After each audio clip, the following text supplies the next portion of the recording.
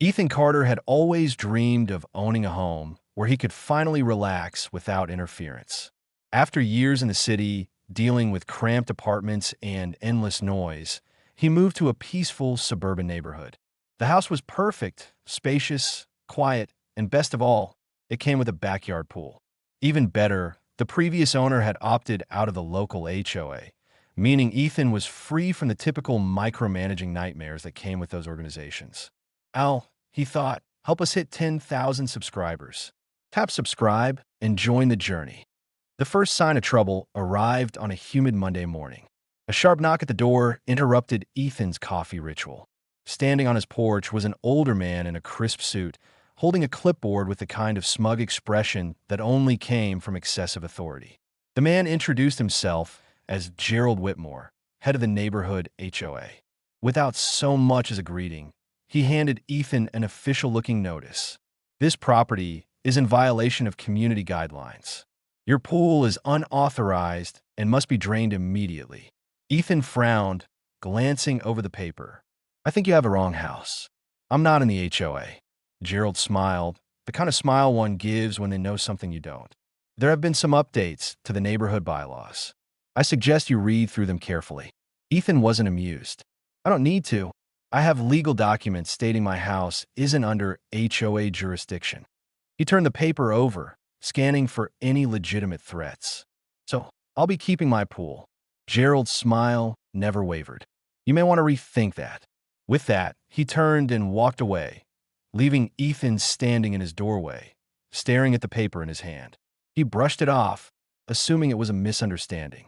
Bureaucrats like Gerald thrived on control, but this was one battle Ethan wasn't going to entertain.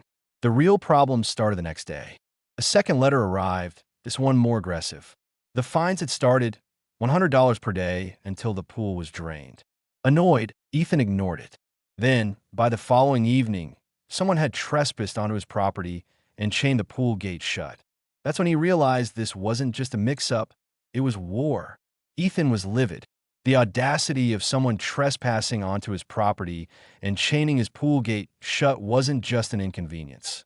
It was a direct attack on his rights as a homeowner. He stormed over to his toolbox, grabbed a pair of bolt cutters, and snapped the chain off in one clean motion. If the HOA thought they could intimidate him, they had another thing coming. The next morning, his mailbox was stuffed with yet another letter from the HOA. This time, the fine had doubled, $1,200 per day. Not only that, but it contained a veiled threat. Failure to comply could result in legal action or even a lien on his home. Ethan clenched his jaw and tossed the letter aside. They had no authority over him, but the harassment didn't stop.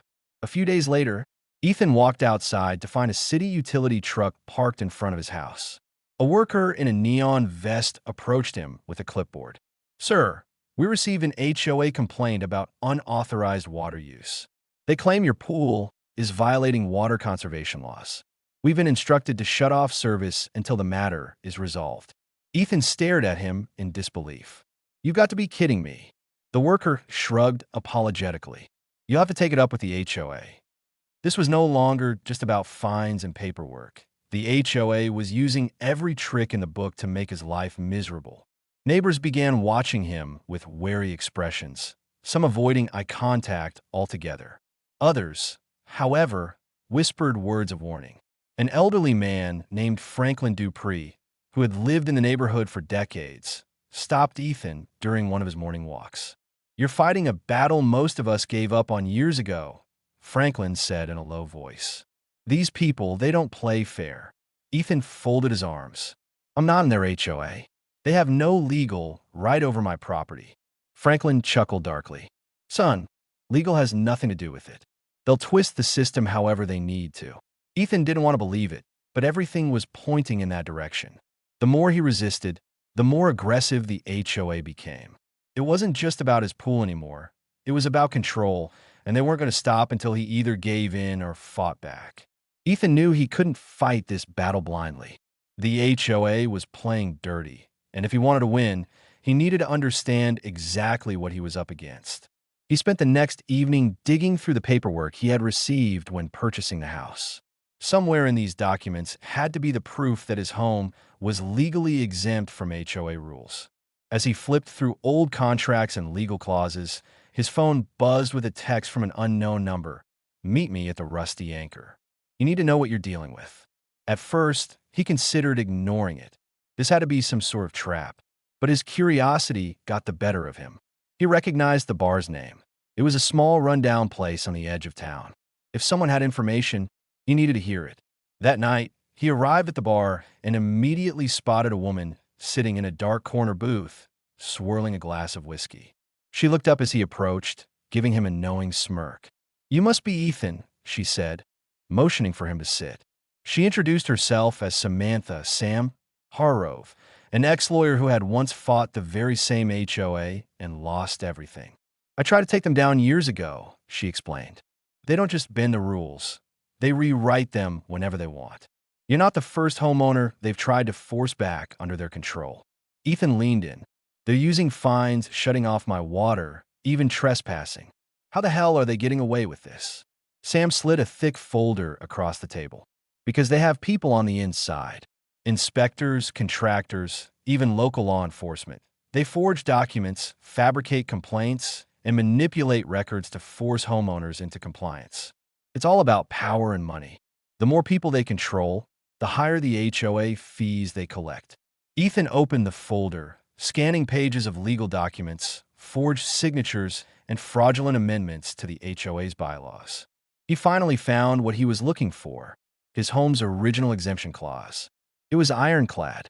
Once opted out, the property shall not be subject to future board authority unless explicitly requested by the current owner. But there was a problem. According to the HOA's new records, Ethan's signature was already on a document agreeing to rejoin the HOA, a document he had never seen before. "They faked my signature," he muttered in disbelief. Sam nodded. "And if you don't expose them, they'll make sure it sticks." Ethan clenched his fists. The HOA wasn't just overstepping its authority, it was committing outright fraud. If they were willing to forge legal documents to get what they wanted, there was no telling how far they would go. Now, it wasn't just about saving his pool. It was about bringing the entire corrupt HOA to its knees. Ethan barely slept that night. Knowing the HOA had gone as far as forging his signature meant they weren't just some overzealous neighborhood committee. They were operating like a full-blown criminal syndicate. And now that he had proof, he was sure they wouldn't just sit back and let him take them down. The retaliation began almost immediately. The next morning, he stepped outside to find his car missing from his driveway. Panic surged through him until he spotted a bright orange sticker on his mailbox. It was a towing notice. According to the HOA, his vehicle had been illegally parked on his own property. He stormed over to the impound lot, only to find out it would cost him $500 to get his car back. When he returned home, he discovered his mailbox had been ripped out of the ground. Bills, legal notices, and even his security camera footage USB drives were gone. He checked his home surveillance system, but somehow the last 24 hours of footage had been erased. That night, as he sat on his porch trying to figure out his next move, his phone rang. No caller ID. He hesitated before answering. A distorted voice crackled through the line. "You don't belong here, Carter. Drain the pool, sign the papers, or things will get worse." Before Ethan could respond, the call disconnected. That was when he heard the noise, a faint splashing from his backyard. Heart pounding, he grabbed a flashlight and crept toward the pool. As the beam of light swept across the water, his stomach twisted.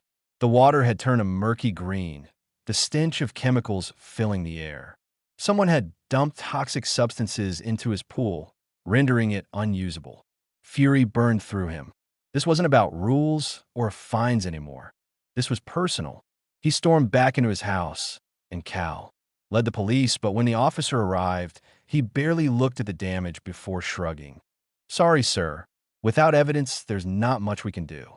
Maybe you should just work something out with the HOA." Ethan's blood boiled. The police were in on it too. That was the last straw. If the HOA thought they could bully him into submission, they had underestimated the wrong man. It was time to fight back, and this time he was playing for keeps. Ethan wasn't going to take this lying down. If the HOA wanted a fight, he'd give them one, but not on their terms. He needed a plan, and he needed allies. That night, he met with Sam Harrove and Franklin Dupree at his house. Sam was already drafting legal action, but Franklin had something even better: connections with other homeowners who despised the HOA just as much. "They've been running this neighborhood like a dictatorship for years," Franklin said, sipping his coffee. "Most folks are too scared to fight back, but if they see someone standing up, they might be willing to join the cause." Ethan grinned. "Then let's give them a reason to fight." The first step was gathering evidence. Ethan and Sam spent the next few days collecting testimonies from homeowners who had been harassed. They found dozens of cases of fraudulent fines, unauthorized liens, and even threats against families who had tried to resist the HOA. Franklin, meanwhile, rallied a small group of rebels, neighbors who were tired of being bullied but hadn't known how to fight back. They started sharing their stories on social media, creating a storm of outrage that quickly gained traction. Then Ethan went after the one thing the HOA valued most: money. With Sam's legal expertise, they found a critical flaw in the HOA's finances. "There's a discrepancy in the HOA's expense reports," Sam explained. "Funds are being allocated for neighborhood improvements that never actually happened. If we can prove financial fraud, the entire board could be removed." Ethan grinned. "Then let's expose them." They sent the financial documents to a local news station along with the testimonies and evidence of forged contracts. Within 48 hours, a whistleblower article went live, detailing how the HOA was extorting homeowners and illegally re-enrolling properties into their control. The response was explosive. City officials, who had previously turned a blind eye, were now under public pressure to launch an investigation. But Ethan knew the HOA wouldn't just roll over. If they were this corrupt, they weren't going to give up without a fight, and he was ready. Because the next battle wasn't going to be fought in secret. It was going to be a full-blown war. The moment the expose went public, the HOA board scrambled into damage control. Gerald Whitmore, the smug-faced leader of the HOA, released a statement dismissing the accusations as baseless attacks from a disgruntled homeowner. He tried to spin the story, claiming Ethan was the real troublemaker, someone who refused to follow common rules. The cracks in their foundation were already showing. The very next morning, Ethan woke up to find a formal eviction notice taped to his front door. According to the document, he was in violation of HOA regulations, and they were pursuing legal action to seize his home. They were trying to steal his house. Ethan didn't even feel fear, just pure rage. He stormed into his living room, where Sam and Franklin were already going through more documents. "This is it," Ethan growled, slamming the notice onto the table. "They just declared war." Sam grinned. "Good, because we're about to hit them where it hurts." The following day, the court case began. The HOA, backed by their team of overpriced lawyers, strutted into the courtroom confident they would crush Ethan under legal technicalities. Gerald took the stand first, smirking as he rattled off a scripted testimony about how Ethan was a public nuisance and a threat to the integrity of the neighborhood. He waved around the supposed contract, where Ethan had voluntarily rejoined the HOA. Then Sam took the floor. With absolute precision, she tore their case apart. She presented the forged contract, showing the mismatched handwriting and obvious digital manipulation. She cross-examined Gerald, trapping him in contradictions until his smug demeanor vanished. Then came the final blow. Franklin, who had once been one of the original founders of the HOA, took the stand. "I was here when we first built this community," Franklin said, his voice firm. "And I know exactly how this HOA twisted into the corrupt mess it is today." He pulled out a secret ledger, one he had kept hidden for years. This document contains evidence of fraud, embezzlement, and illegal property takeovers. Gerald Whitmore and the current board have been stealing money from homeowners and forging legal documents to force people back into the HOA. The courtroom erupted. Gerald's face turned ghostly pale, and his lawyers frantically whispered among themselves, but it was too late. The judge immediately halted all HOA actions against Ethan and ordered a full criminal investigation into the board. By the end of the week, Gerald and several other board members were arrested for fraud, harassment, and falsifying legal documents. The HOA was officially dissolved, And just like that, the tyrannical rule over the neighborhood was over. The fallout from the HOA's exposure was swift and brutal. The city launched an official investigation, uncovering years of financial fraud, forged documents, and illegal intimidation tactics. The local news station ran a follow-up story highlighting the homeowners who had suffered under the HOA's rule. Public outrage exploded, and pressure mounted on city officials to take immediate action. Within a week, Gerald Whitmore and the entire HOA board were forced to step down. But the real victory came in court. Thanks to Sam's airtight legal case and Franklin's insider knowledge, the judge ruled that the HOA they had been operating illegally for years.